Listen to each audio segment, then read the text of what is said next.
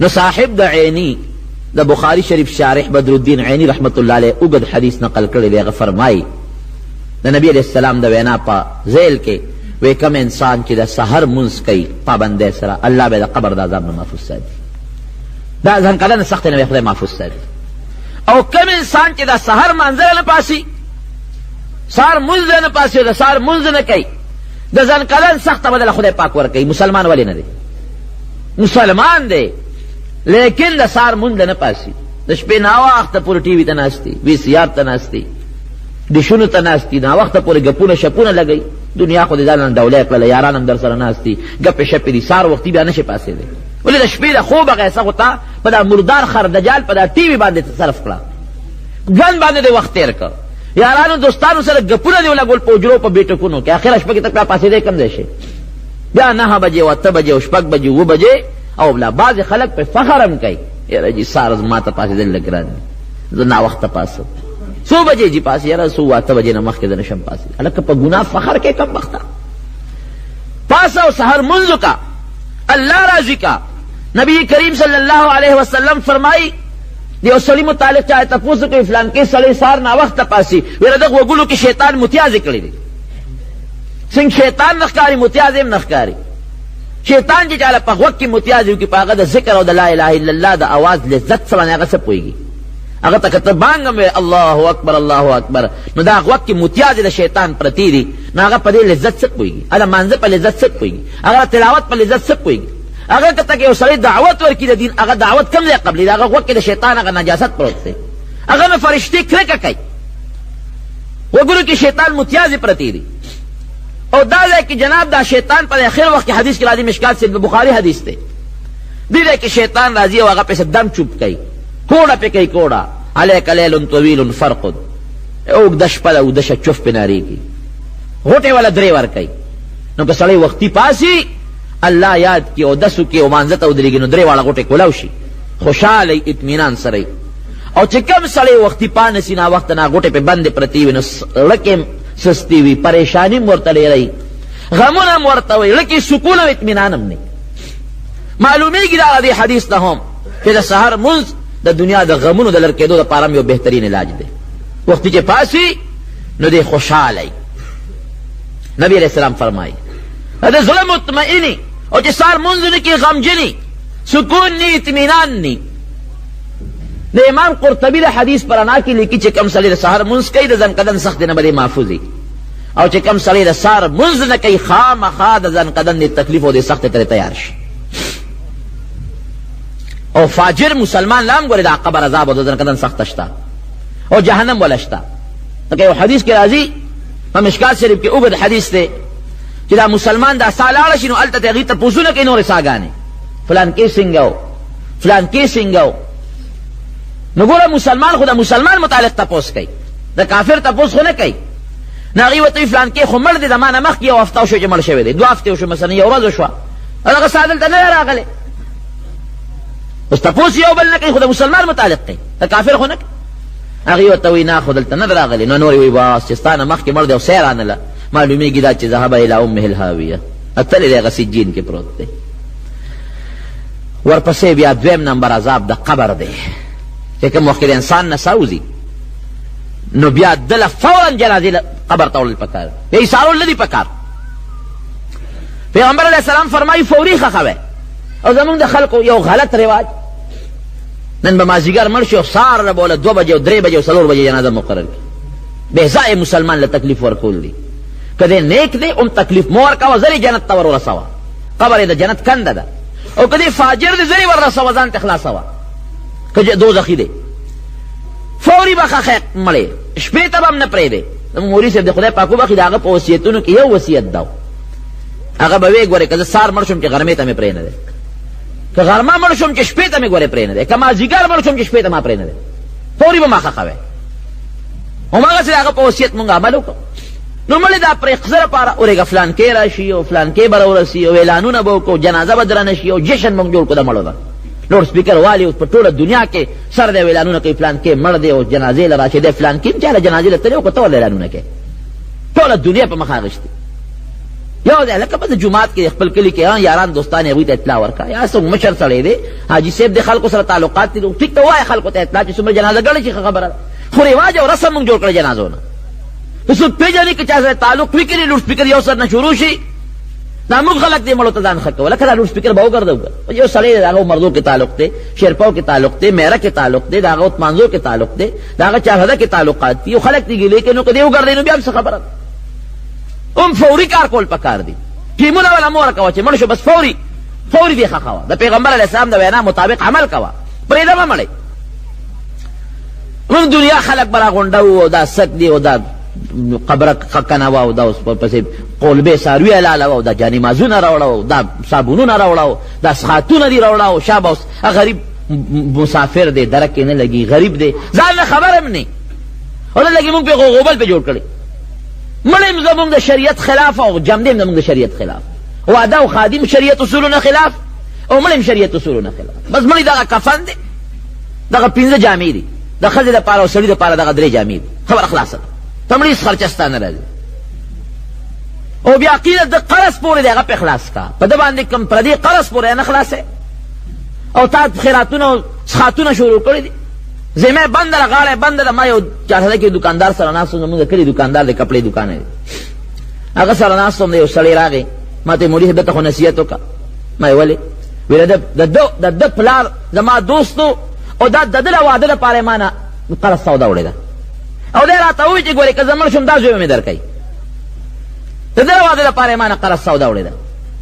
او جناب هغه مړ شو د ورپسې جمعه مو وکړه او څښاتونه یې مو کړل او څلوېښتي یې مو کړه او کال یې مو کړه او د دنیا دولت یې برباد کړه زما هغه قرض نه راکوي هلکه دا خو قرض مخکې دی الله بنده زه قرض خلاص کړم پلار غاړه دې بنده ده وی بابا به خپل کار کوي مې دا خیراتونه ورپسې ولې کوې په جون به یې ورکوو په قرض یې ولې سودا اخېسته مې دا خیراتونه ولې کوې وي خلک مې شرموي بیا دا هغه چې څه خیرات ته کړم دبته پرېوته نو ډېر خلک غریبانان یې لکه اسخات مات ته پرېږده او خلک به څه وایي ښه نو چې نیت دې دا چې خلک به څه وایي نو هغه دې م ډبته وغورځوه داسې اصل شی د منځ په ده پورې دی د هغې فدیه ورکړه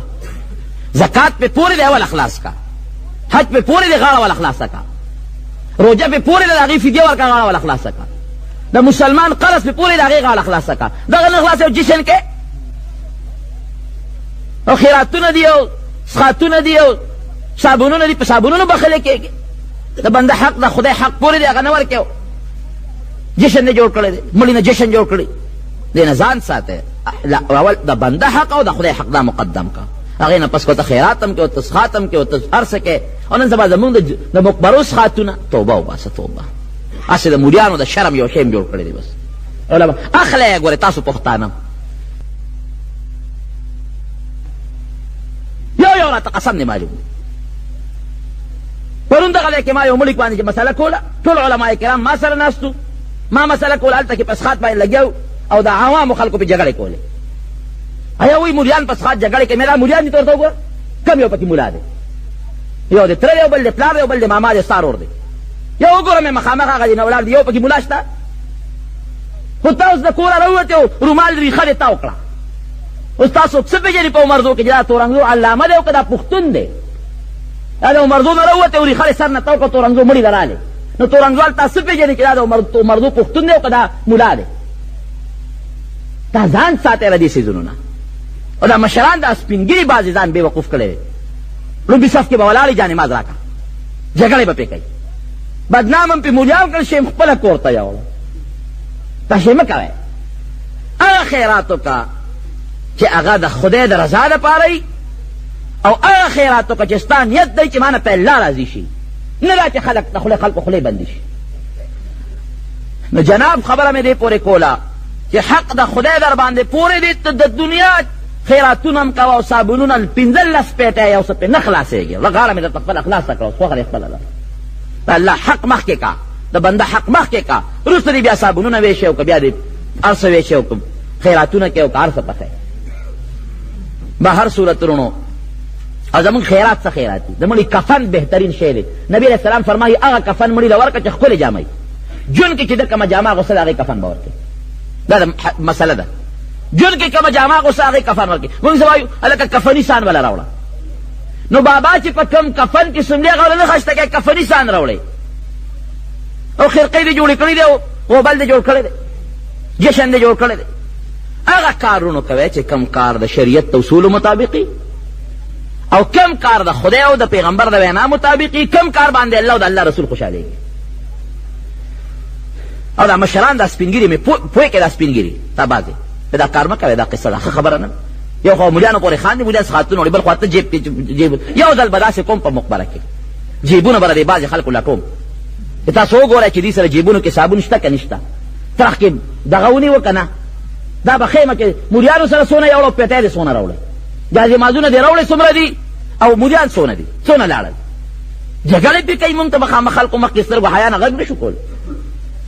نو خبرې مې دې پورې کولې رونو چې هغه انسان مړ شي نو فوري به وړې اشاره به نه قبر له فوري وړه قبر له چې یوړه قبر کې کېښود نبی کریم صلی الله علیه وسلم فرمایي که دې مسلمان دی دله فرشته راشي دوه فرشتې راشي ډېر مزیدار او اعلی شکل کې هغه فرشتې دنه تپوس کوي من ربک رب دې څوک دی رب مې الله دی